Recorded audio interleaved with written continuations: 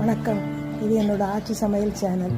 இதுதான் என்னுடைய first video. இதில் நான் முதல்ல பருப்பு வடை செய்கிறது எப்படின்னு காமிக்க போகிறேன்.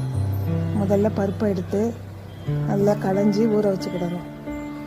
அதுக்கப்புறம் அதில் கொஞ்சம் காஞ்ச மிளகாய், உப்பு, காயம் உணவும் போட்டு பல்ஸ் மோடில் போட்டு மிக்சியில் போட்டு அரைச்சி வச்சுக்கிடணும்.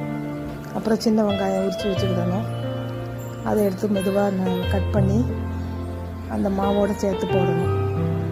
இப்போ இந்த சின்ன வெங்காயத்தை எடுத்துட்டோம். இதை கட் பண்ணிவிட்டு கொஞ்சம் கருவேப்பிலையும் கட் பண்ணி வச்சுக்கிடணும்.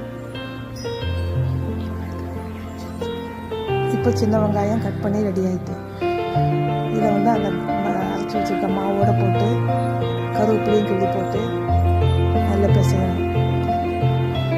பிசைஞ்சிட்டு உருண்டையாக உருட்டி வச்சு அடுப்பில் எண்ணெயை காய வச்சு அதில் போட்டு தட்டி